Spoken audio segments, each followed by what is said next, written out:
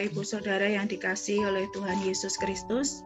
Selamat pagi Bapak Ibu yang sudah bergabung di dalam Zoom maupun yang di YouTube.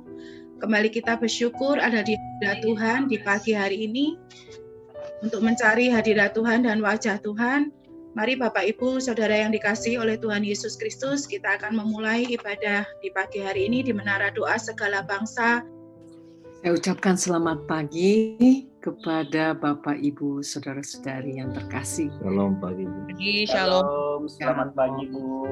Saya akan share screen ya Bapak Ibu untuk bisa kita mengikuti apa yang hari ini saya akan sampaikan,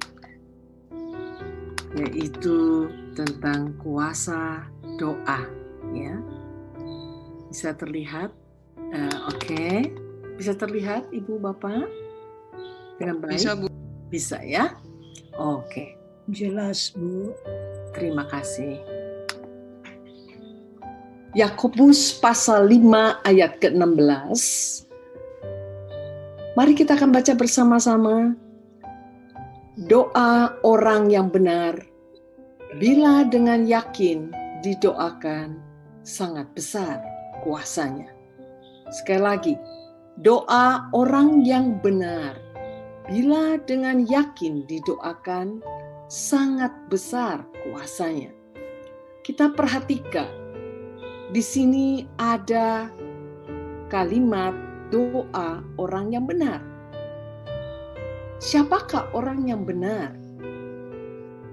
Sebenarnya, setiap kita tidak ada yang benar di hadapan Tuhan. Karena kita sesungguhnya adalah orang yang berdosa. Tetapi kita dibenarkan oleh karena iman kita kepadanya. Jadi penting di sini adalah orang yang benar. Siapakah yang benar itu? Tidak lain adalah Yesus. Yesus adalah kebenaran. Dikatakan di dalam Yohanes 14 ayat 6. I'm the way, the truth, the life. Akulah jalan, kebenaran, dan hidup. Jadi, hanya di dalam Yesus saja. Dia sendiri adalah kebenaran. Dan dia adalah orang yang benar. Tidak ada salah di dalam dia. Tetapi menjadi pertanyaan bukan? Mengapa dia yang harus mati? Sedangkan dia tidak bersalah. Kita akan lanjutkan. Di dalam Matius pasal 6 ayat 6 sampai 8. Tetapi jika engkau berdoa, masuklah ke dalam kamarmu. Tutuplah pintu dan berdoalah kepada Bapakmu yang ada di tempat tersembunyi. Maka Bapakmu yang melihat yang tersembunyi akan membalasnya kepadamu. Lagi pula, dalam doamu itu, janganlah kamu bertele-tele seperti kebiasaan orang yang tidak mengenal Allah. Mereka menyangka bahwa karena banyaknya kata-kata doanya, akan dikabulkan. Jadi, janganlah kamu seperti mereka, karena Bapakmu mengetahui apa yang kamu perlukan sebelum kamu minta kepadanya. Bicara tentang doa, buat setiap kita bukan berarti kita tutup pintu lalu kemudian kita mencari tempat tersembunyi dalam arti betul-betul realnya. Jadi kalau kita ada di keramaian atau sedang ada di jalan, kita mau berdoa, wah kita parkir dulu. Atau ketika kita makan di sebuah restoran sedang bersama-sama keluarga, lalu kita permisi dan kita pergi mungkin ke toilet dan kemudian mau berdoa. Tidak demikian. Tetapi bicara tentang tersembunyi, tempat di mana kita intimasi, kedekatan dalam hubungan kita dengan Tuhan seperti itu. tentunya hanya kita dengan Tuhan saja. Dalam arti kita bisa berdoa di mana saja sebenarnya. Baik ketika di atas motor, di dalam kendaraan, sambil juga kita menyetir, kita bisa bersekutu, bisa berfellowship, bisa ngomong dengan Tuhan. Karena Allah adalah roh. Ketika kita melakukan kegiatan sehari-hari, kita juga bisa bercakap-cakap dengan Dia, ya, Bapak Ibu Saudari. Tentunya ini satu hubungan yang sangat-sangat indah. Kita bisa berdoa dalam arti percakapan kita. Kadangkala kita harus diam, kita be still, kita berdiam diri, dan Tuhan berbicara dengan kita. Jadi ada dialog antara kita dengan Allah. Dialog itu begitu indahnya, ya, bukan hanya kita yang berkata-kata terus tanpa mau mendengarkan apa yang Tuhan ingin katakan untuk kita. Arti doa itu apa sih? Tentu kita mau memahaminya pada pagi hari ini dengan lebih dalam. Bahwa doa bukan sekedar ritual. Misalnya, ada orang-orang tertentu berdoa 10 kali berdoa dengan doa tertentu, maka doamu akan dikabulkan. Misalnya, ada yang harus berapa kali, ya, dan hitungannya, ya. Lalu kemudian juga pagi, siang, sore, malamnya dihitung, ya. Bukan sekedar itu, ya. Untuk berdoa kita pada pagi hari ini sangat baik, ya. Tetapi bukan hanya sekedar ritualnya, ya, sekali lagi. Kan ada juga doa malam, ya. Tetapi bukan hanya sekedar itu. Apa ya? Juga bukan sekedar yang namanya upacara, ya Bapak Ibu, saudara-saudari. Jadi bukan acara-acara, ya. Tetapi juga bukan sekedar permintaan. Jadi doa memang pada umumnya dipanjatkan, ada yang di dalamnya isinya adalah permintaan-permintaan. Tuhan, sembuhkanlah aku. Tuhan, rumah kontrakan sudah habis. Kami butuh uang, Tuhan. Ya, kita minta. Tetapi ternyata arti doa di sini bukan sekedar permintaan, ya, Bapak Ibu Saudari. Jadi apa? Doa adalah cermin dari kualitas hubungan seseorang dengan Tuhan. Nah, ini pentingnya. Jadi Amen. Cermin dari kualitas hubungan seseorang dengan Tuhan. Bicara kualitas hubungan, kalau ketika kita masih kanak-kanak, kita isinya permintaan. Seperti anak balita kepada orang tuanya. Mama atau papa, belikan saya mainan. Merengek-rengek. Mama, belikan saya buku cerita. Dan sebagainya. Selalu isinya meminta dan menuntut. Tetapi kalau sudah dewasa, anak yang sudah dewasa bisa diajak berbicara. Orang tua bisa berbicara tentang rencana-rencana Allah di dalam hidupnya, tentang tujuan hidup, tentang makna hidup, mungkin tentang rencana kuliahnya ke depan, atau juga tentang rencana pernikahannya. Dan kita bisa bicara tentang tujuan pernikahan. Jadi anak yang sudah besar bisa diajak berdiskusi. Mungkin juga kalau Anda mungkin adalah orang tua yang memiliki usaha, dibicarakan dengan anak, siapa yang akan meneruskan usaha ini? Dan membicarakan rencana-rencana saudara untuk ekspansi atau mengembangkan perusahaan atau pabrik atau toko. Nah, jadi kualitas hubungan seseorang dengan Tuhan ketika dia mengalami dewasa dalam arti dewasa di dalam Tuhan, dalam pengenalannya akan Allah begitu rupa, kita bisa bercakap-cakap tentang rencana-rencana Allah, tentang rahasia-rahasia Allah. Kita bisa memahami dan mengerti tentang rahasia-rahasianya. Nah, disinilah letaknya.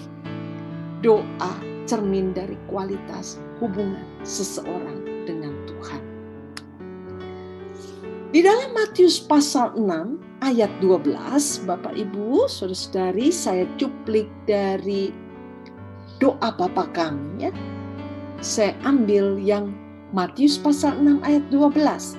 Doa Bapa kami adalah doa yang diajarkan oleh Tuhan Yesus kepada murid-muridnya.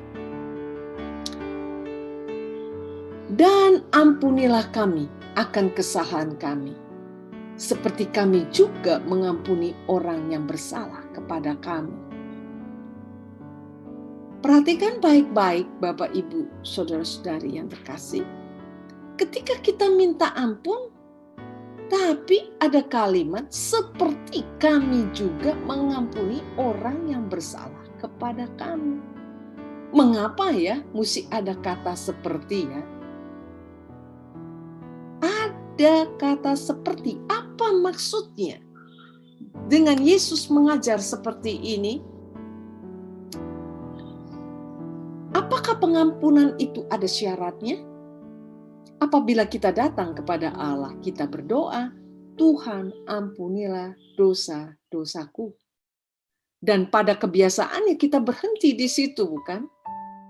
Tetapi Yesus berkata, kita tidak boleh berdoa seperti ini.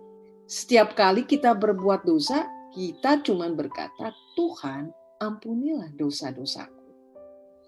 Yesus berkata, kita belum berdoa dengan benar. Kita seharusnya berdoa, ampunilah dosa-dosaku seperti aku juga mengampuni dosa-dosa orang lain.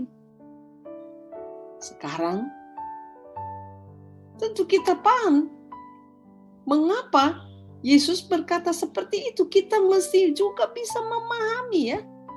Dulu saya hanya mengucapkan doa Bapa kami ini karena hafal ya Bapak Ibu. Saya tidak mengerti mengapa mesti ada kata seperti kami mengampuni. Nah, ternyata di dalam Matius pasal 6 ayat 14 sampai 15 ini dikatakan, karena jikalau kamu mengampuni kesalahan orang, Bapamu yang di sorga akan mengampuni kamu juga. Tetapi jikalau kamu tidak mengampuni orang, Bapakmu juga tidak akan mengampuni kesalahanmu. Ketika saya mengalami masalah dengan suami saya tidak bisa mengampuninya. Buat saya sangat sulit untuk mengampuni.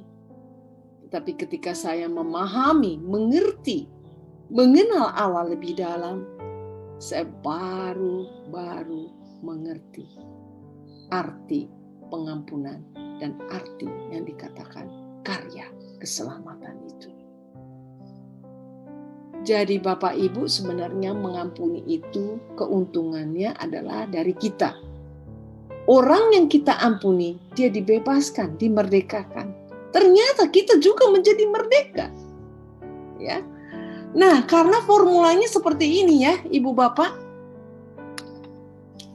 Seperti kami mengampuni orang yang bersalah kepada kami, itu sama dengan, nah ini, seperti kami memahami karya keselamatan Kristus. Jadi berarti ketika waktu-waktu yang lalu saya belum bisa mengampuni orang yang bersalah kepada saya harus akui saya belum memahami karya keselamatan Kristus secara utuh. Ini penting untuk kita sebagai para pendoa, pasukan, menara doa segala bangsa, betul-betul memahami arti salib itu. Dan kita semua, ya, memahaminya. Disitulah kita mengucap syukur tak henti-hentinya. Setiap hari kita boleh bernapas, ketika kita bangun, kita mengucap syukur untuk karya keselamatan Kristus. Pengampunan jadi adalah gaya hidup orang percaya. Menjadi gaya hidup saudara dan saya. Apalagi di dalam pandemi ini, Bapak Ibu, kita banyak di rumah. Kita menemukan kesalahan-kesalahan dan kekurangan dari anggota keluarga kita, bukan? Anak-anak, baik pasangan, mungkin mertua, menantu yang ada di rumah. Tetapi arti rumah adalah di mana ada anggota keluarga yang tidak luput dari kesalahan. Mereka tidak sempurna. Jadi, bagaimana kalau kita semua memiliki gaya hidup orang percaya? Selalu mengampuni dan mengampuni. Suatu hari cucu saya menumpahkan setoples garam di dapur ya. Cucu senangnya masak, usia 7 tahun. Lalu saya masuk ke dapur dan dia kaget lihat saya, dia takut diomelin. Tetapi saya berkata, tidak apa-apa, tidak apa-apa. Semua orang bisa salah. Lalu mari kita bersihkan garamnya. Saya ajarin bagaimana mengangkat daripada garam yang ada di atas, lalu yang di bawah kami buang karena kotor, sambil menjelaskan. Lalu kemudian saya mengajarkan kepada cucu saya bagaimana mesti memegang toples. Rupanya ada orang atau pembantu asisten rumah tangga kami tidak menutup toples dengan baik. Sehingga ketika cucu saya memegang atasnya langsung jatuh. Pras ya. Memang terbuat dari plastik. Ya, bukan kaca sehingga tidak pecah. Tetapi di situ apa yang terjadi? Saya berkata, Cever, Rima maafkan kamu kok ya, gak usah takut. Ternyata Bapak Ibu dia menceritakan kepada mamahnya, yaitu menantu saya. Jadi waktu kami di meja makan, menantu cerita, Mah, tadi Cever tumpahkan garam ya? Iya. Dia cerita, kata Grandma, setiap orang bisa salah. Ternyata kata-kata saya, kalimat itu direkam dan betul-betul membekas di dalam hati cucu saya. Jadi Bapak Ibu, pengampunan ini biar menjadi gaya hidup kita sebagai orang percaya. Siapapun bisa salah. Kolose pasal 4 ayat yang kedua. Bertekunlah dalam doa dan dalam pada itu berjaga-jagalah sambil mengucap syukur. Bertekunlah dalam doa. Arti bertekun di sini tiada berkeputusan dan konsisten seperti apa yang sudah Bapak Ibu lakukan di dalam menara doa segala bangsa. Orang yang tiada berkeputusan di dalam doa terus-menerus seperti mengetuk pintu. Ketika seorang janda mengetuk pintu, seorang hakim pintu rumahnya, lalu dibukakan pintu itu. Kadangkala di dalam doa-doa kita sering putus asa, bukan? Sepertinya tidak dijawab oleh Tuhan. Kita berpikir Tuhan diam, ternyata tidak. Kalau di dalam penciptaan hari pertama sampai ke-6 Allah menciptakan segala sesuatunya, sampai manusia juga diciptakan hari terakhir, lalu dikatakan hari ke-7 Allah beristirahat, itu bukan bicara Allah tidur ya Bapak Ibu. Allah kemudian seperti kita berpikir Allah berpangku tangan dan berleha-leha. Tetapi sesungguhnya Allah beristirahat adalah Allah menikmati ciptaannya. Jadi sampai hari ini Allah juga terus bekerja. Jadi kalau kita berdoa, bertekun di dalam doa, bercakap-cakap dengan Dia 24 jam satu hari, hubungan kita dengan Allah itu tidak terbatas, bukan hanya di doa di menara doa segala bangsa pada pukul 6 ini, tetapi 24 jam Allah di dalam engkau, engkau di dalam Allah. Dan Roh Kudus ada di dalam kita. Dia mau tinggal di dalam kita, luar biasa. 24 jam kita bisa berdialog dengan Allah. Kita bisa bersekutu dengan Allah. Ketika Yesus mati di atas kayu salib, dikatakan tirai bait Allah terbelah dua. Apa maksudnya? Kalau pada zaman dulu umat itu sulit untuk manusia, sulit untuk datang kepada Tuhan, bercakap-cakap karena begitu kudusnya Allah. Sedangkan manusia berdosa. Hanya para imam besar yang bisa berbicara dan masuk ke ruang maha suci. Itu pun perlu kasih rantai ya. Kalau dia kedapatan tidak kudus dan berdosa, dia mati tiba-tiba. Tidak ada yang tahan dengan kekudusan Allah. Tetapi dengan kematian Yesus di kayu salib, tirai bait Allah terbelah dua. Saudara dan saya tembus ya dalam hubungan kita dengan Allah. Menyatu, tidak terpisahkan. Kita terkoneksi kembali lewat salibnya. Kita kembali bisa berdialog, berhubungan, membangun relasi dengan Tuhan. Luar biasa bukan? Karena memang bukan kita yang kehilangan Allah. Kita pikir, Allah engkau di mana? Tapi sesungguhnya Allah kehilangan manusia ciptaannya. Allah mencari orang-orangnya.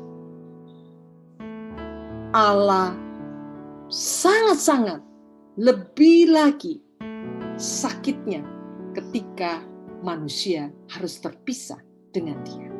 Sebab itu Dia mengutus putra yang tunggal mati di salib bagi kita. Dan murka Allah ditimpahkan kepada Yesus. Bukan murka itu sesungguhnya mestinya ditimpahkan kepada saudara dan saya. Tapi ditimpahkan kepada putra yang tunggal, Yesus Kristus. Disitulah saudara dan saya terus-menerus mengingat akan salibnya. Mengucap syukur untuk karya keselamatan. Sehingga ketika kita tahu Allah di dalam aku di dalam Dia. Kita bertekun di dalam Dia. Dia pasti mendengar doa orang-orang yang benar.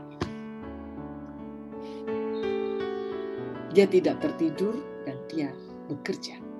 Dan doa-doa kita, percakapan kita, kudu bisa dinikmati oleh Allah. Karena hubungan itu, ya, relasi kita itu dinikmati, harus bisa dinikmati oleh Allah. Jadi kalau kita kayak ngobrol-ngobrol ya dengan pasangan suami istri atau anak ya atau siapa saja dengan sahabat, nikmat. Kenikmatan di dalam berelasi ini penting ya Bapak Ibu. Jadi kalau dalam doa itu kenikmatan itu ya, mesti dirasakan. Jadi tidak bosan, tidak jenuh di dalam membangun relasi dengan Allah. Dikatakan dalam pada itu dikatakan berjaga-jagalah sambil mengucap syukur. Dalam masa seperti ini kita memang harus berjaga-jaga, waspada, tetapi bukan berarti kita berpangku tangan, bukan. Kita tetap melakukan pekerjaan kita, tugas-tugas yang Tuhan beri kepada saudara dan saya. Apalagi yang masih belum kita lakukan di dalam sebagai manusia yang sudah ditebus dengan darah Yesus, sebagai orang yang percaya. Apalagi yang mesti kita benahi, kita menata diri.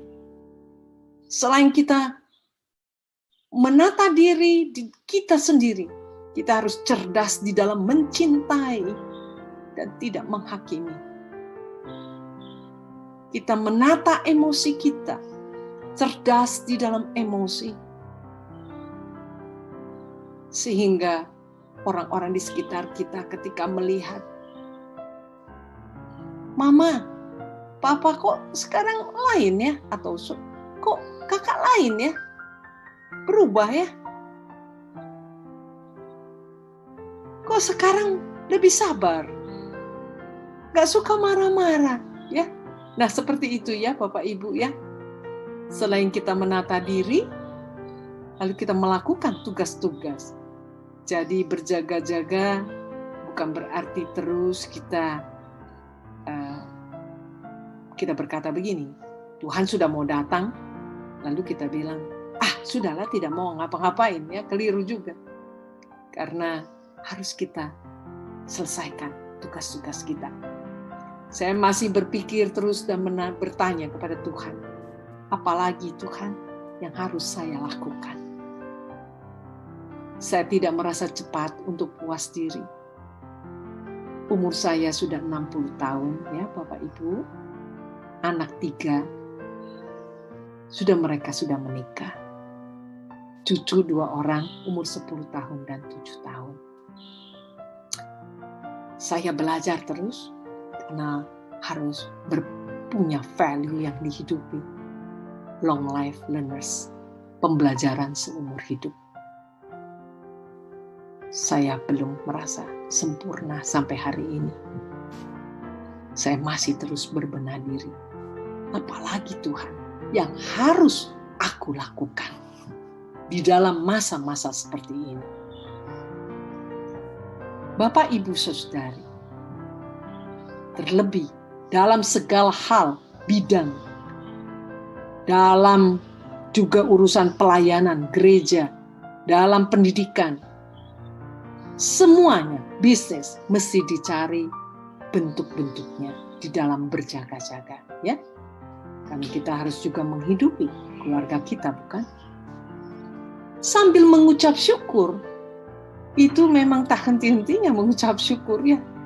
Kalau hari ini ada doa-doa saudara belum dikabulkan oleh Tuhan, jangan bersedih, ya. Kenapa? Itu ada lagunya kan? Give thanks with a grateful heart. Give thanks to the Holy One. Give thanks because He gave us Jesus Christ. Kuning liurnya. Di situ tak henti-hentinya kita mengucap syukur ya Bapak Ibu. Karena mujizat yang terbesar adalah ketika seharusnya engkau dan saya binasa, tetapi kita diselamatkan oleh karena Yesus mati di salib bagi kita. Di situ tak henti-hentinya give thanks, mengucap syukur. Seandainya yang lain doa-doa saudara belum dikabulkan, tidak apa-apa, bukan? Karena mujizat yang terbesar sudah saudara dan saya terima, yaitu Yesus mati di salib bagi engkau dan saya. Amin. Amin. Kita telah menerima anugerahnya, keselamatan. Haleluya. Amin. Terima kasih Tuhan. Terima kasih Tuhan. Mari kita mau mengucap syukur, selalu mengucap syukur. Tuhan memberkati Bapak, Ibu, saudara-saudari.